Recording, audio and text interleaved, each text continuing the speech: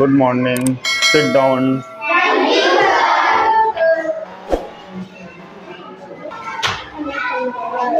कि वायुमंडल क्या है, एटमॉस्फेयर क्या है, जिसके बारे में हमने आपको बताया था कि the earth is surrounded by air is called the atmosphere.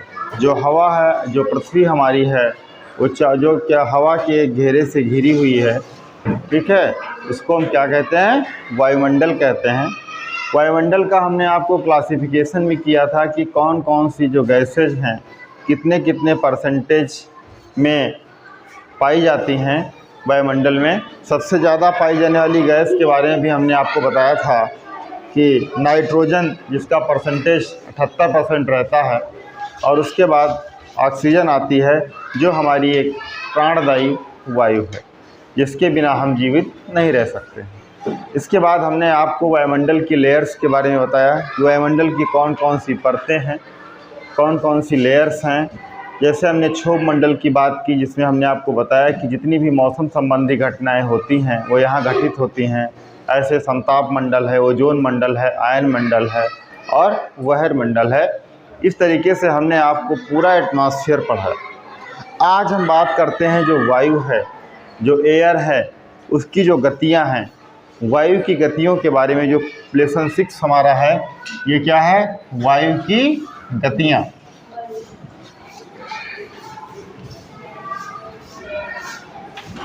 ये क्या है?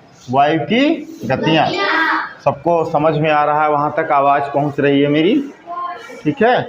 तो जो वायु की गतियाँ हैं, और इससे पहले हमने आपको पढ़ाया था 2 चीज़ें होती हैं। एक HP होता है, ठीक है, और दूसरा क्या होता है? LP होता है। क्या होता है? LP होता है।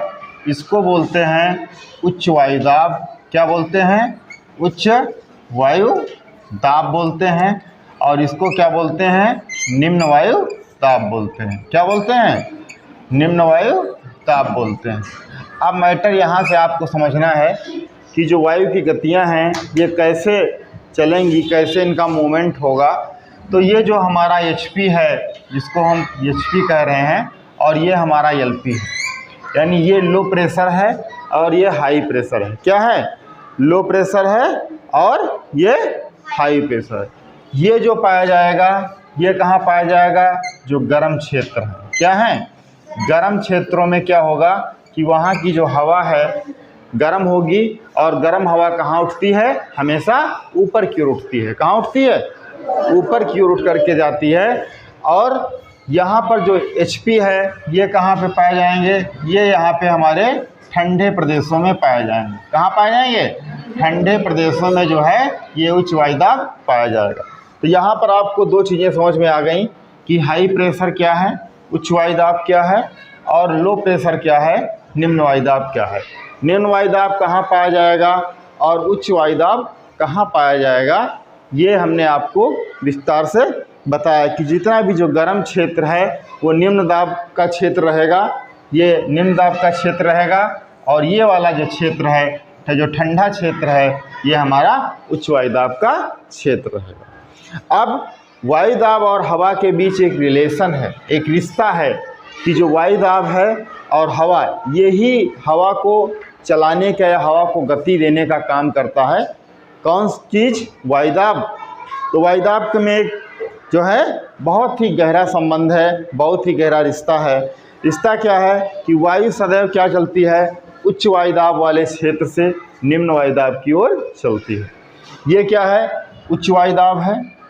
और यहाँ से जो हवा हमारी चलेगी, जो विंड हमारी चलेगी, जो एयर हमारी चलेगी, जिसको हम एयर कहते हैं, ठीक है, और इसको विंड, पवन भी होता है। और ये जो चलेगी यहाँ से यहाँ, तो क्या होगा? ये उच्च वायु दाब का क्षेत्र है। ये यहाँ से हवा कहाँ की ओर चलेगी? लो प्रेशर की ओर चलेगी। कहाँ से चलेगी? लो प्रेशर की ओर चलेगी।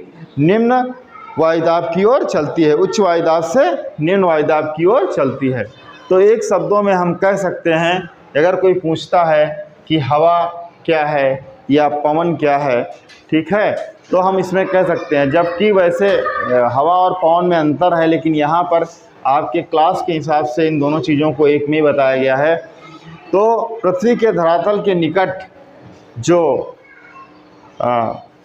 वायु की क्षैतिज जो गति होती है उसको हम हवा या पवन कहते हैं। क्या होती है? पृथ्वी के धरातल के निकट, है ना, वायु की जो क्षैतिज पृथ्वी। अब क्या हो रहा है कि उच्च वायुदाब से हवा कहाँ चल रही है? निम्न वायुदाब की ओर चलती है। और पृथ्वी के धरातल के निकट वायु की जो इस गति को हम क्या कहते हैं, इस स्थिति को हम क्या कहते हैं, इस क्षैतिज गति को हम क्या कहते हैं? हवा कहते हैं या पवन कहते हैं। क्या कहते हैं? हवा कहते हैं या पवन कहते हैं। तो यहाँ तक समझ में आ गया कि पवन क्या है, हाई प्रेशर क्या है और लो प्रेशर क्या है। जैसे हमने आपको ग्लोब में भी बताया था थोड़ी देर के लिए, सपोज देन यहाँ मैं फिर उसको समझा दे रहा हूँ। जैसे मान लीजिए ये ग्लोब हमारा है, ये ग्लोब है, चित्र बना करके आपको बताया था। ये जो भूमध्य रेखा का क्षेत्र है ये क्या है? ये हमारी भूमध्य रेखा है। और यहाँ पर हमने आपको बताया था कि सूर्य की किरणें सीधी पड़ती हैं और उसकी वजह से यहाँ पर जो है क्या रहता है? निम्न वायुदाब रहता है। क्या रहता है? यहाँ पे एलपी रहता है, लो प्रेशर रहता है, यहाँ पे निम्न वायुदाब रहता है यहाँ। ठीक है, तो ये हम आपको पहले उसमें समझा चुके हैं।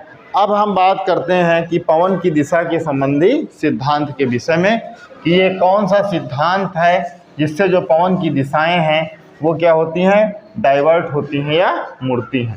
तो पवन दिशा संबंधी जो सिद्धांत है उसके विषय में हम बात करते हैं। पवन दिशा संबंधी सिद्धांत, ठीक है, इसके बारे में हमको बात करनी है कि ये क्या। अब जो ये पवन दिशा संबंधी सिद्धांत है, तो धरातल पर चलने वाली जो पवनें हैं क्या हैं? धरातल के ऊपर जो पवनें चल रही हैं वो की दिशा और वायुदाब में अंतर, ये क्या होता है? पृथ्वी की जो घूर्णन गति है, क्या है? पृथ्वी की घूर्णन जो गति है उसके द्वारा निर्धारित होती है, कि पृथ्वी की घूर्णन गति के द्वारा ही ये निर्धारित होगा कि कौन सी हवा किधर को चलेगी। ठीक है, इसका निर्धारण कैसे होता है? पृथ्वी की घूर्णन गति के कारण होता है। कैसे होता है? पृथ्वी की घूर्णन गति के कारण जो है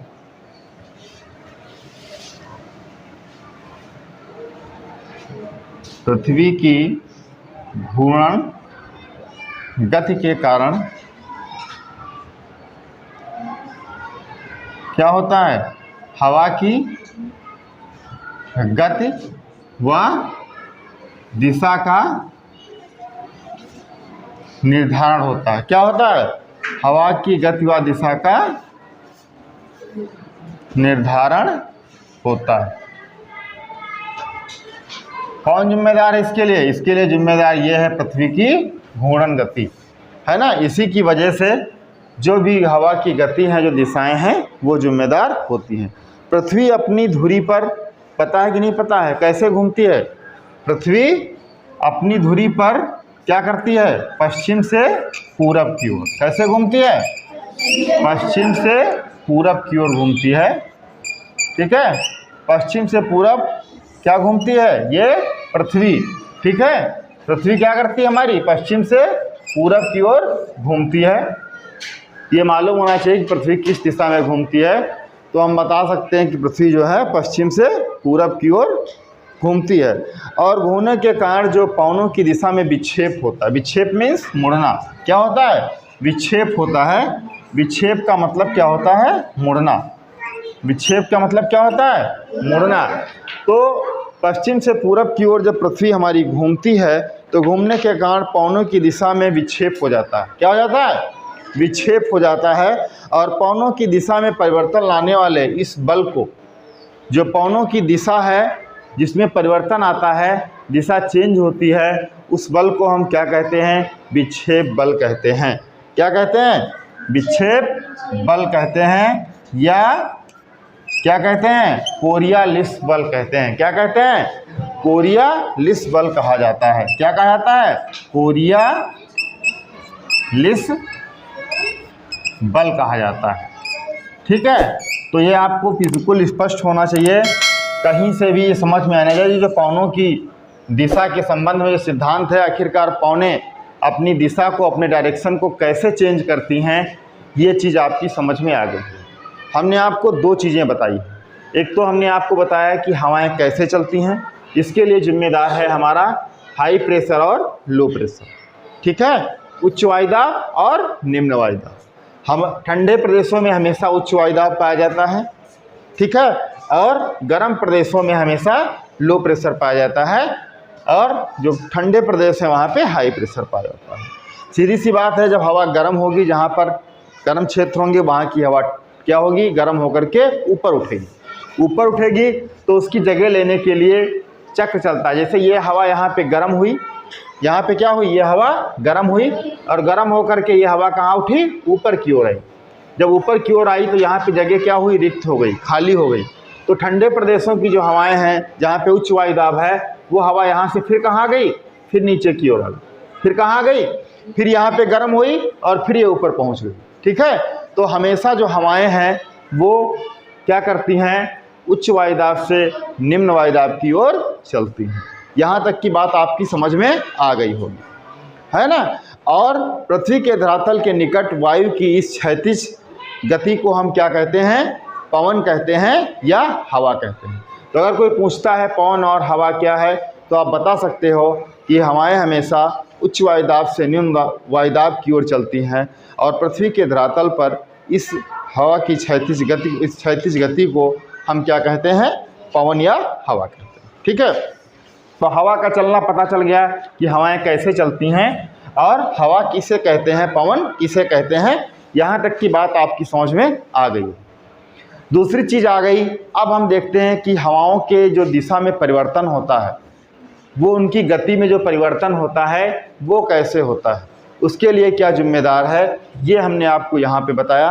पहली चीज़, पवन या हवा किसे कहते हैं और हवा कैसे चलती है, ये स्पष्ट किया।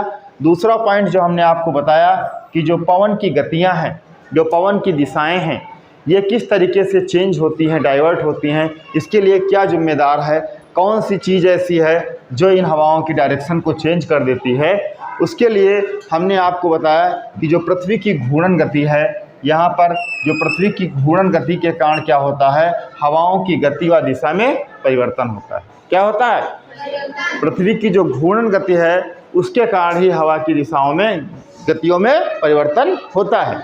अब पृथ्वी की घूर्णन की गति हमने आपको ये भी बताया कि जो हमारी पृथ्वी है वो क्या होती है, पश्चिम से पूरब की ओर घूमती है, ठीक है। जब पृथ्वी हमारी क्या होती है, अपनी धुरी पर पश्चिम से पूरब की ओर घूमती है, और इस घूमने के कारण ही पवनों की दिशा में विक्षेप हो जाता है। क्या हो जाता है, विक्षेप हो जाता है, पवनों की दिशा में विक्षेप हो जाता है, और पवनों की दिशा में परिवर्तन लाने वाले इस नियम को हम क्या कहते हैं, विक्षेप बल कहते हैं, विक्षेप फोर्स कहते हैं, या कोरियालिस फोर्स कहते हैं, या कोरियालिस बल कहते हैं। अब कोई पूछे आपसे कि कोरियालिस बल क्या है, विक्षेप बल क्या है, तो आप बता सकते हो कि पृथ्वी हमारी पश्चिम से पूरब की ओर घूमती है, और पश्चिम से पूरब की ओर घूमने के कारण क्या होता है, हवाओं में, पृथ्वी जब पश्चिम से पूरब की ओर घूमती है तो घूमने के कारण क्या होता है, पवनों की दिशा में विक्षेप होता है। क्या होता है, विक्षेप होता है, और इस घूर्णन के कारण ये जो विक्षेप हो रहा है, ठीक है, इससे क्या होता है, हवाओं की गति में क्या होता है, हवाओं की दिशा में परिवर्तन होता है, और हवाओं की इस पवनों की जो दिशा है, इस दिशा में परिवर्तन लाने वाले इस बल को हम क्या कहते हैं, कोरियालिस बल कहते हैं, और या विक्षेप बल कहते हैं। यहाँ तक की बात आपकी समझ में आ गई होगी। हमें लगता है कि ये चीज़, अगर किसी की कोई चीज़ समझ में नहीं आई है तो आप खड़े होकर के हमसे पूछ सकते हैं। इसके बाद नेक्स्ट जो टॉपिक हम पढ़ाएंगे वो टाइप ऑफ विंड, पवन कितने प्रकार की होती है, ये हमारा नेक्स्ट टॉपिक होगा, जिस पर हम चर्चा करेंगे कि पवन कितने प्रकार की होती है। अभी तक तो हमने जाना कि पवन क्या है, हवा क्या है, और ये कैसे अपनी गति को चेंज करती है। दो चीज़ें आपकी समझ में आ गई होंगी, ठीक है। किसी की समझ में नहीं आया, सबकी समझ में आ गया, धीरे से बोल रहे हो, क्या बात है, किसकी समझ में नहीं आया है, सबकी समझ में आया है। अगर कोई चीज़ समझ में नहीं आई है तो आप हमसे फिर इस चीज़ को क्या कर सकते हैं, पूछ सकते हैं, हम आपको बता सकते हैं। नेक्स्ट टॉपिक हमारा होगा टाइप ऑफ विंड, पवन के प्रकार, कि पवन कितने प्रकार की होती हैं। ठीक है, इस संबंध में हम आपसे अगले दिन, ठीक है, चर्चा करेंगे, और कैसी पवनें होती हैं, वो कैसे चलती हैं, उनमें क्या है, वो हमारा नेक्स्ट टॉपिक होगा। That's all. ये टॉपिक यहीं पे अब हम क्लोज करते हैं। ओके।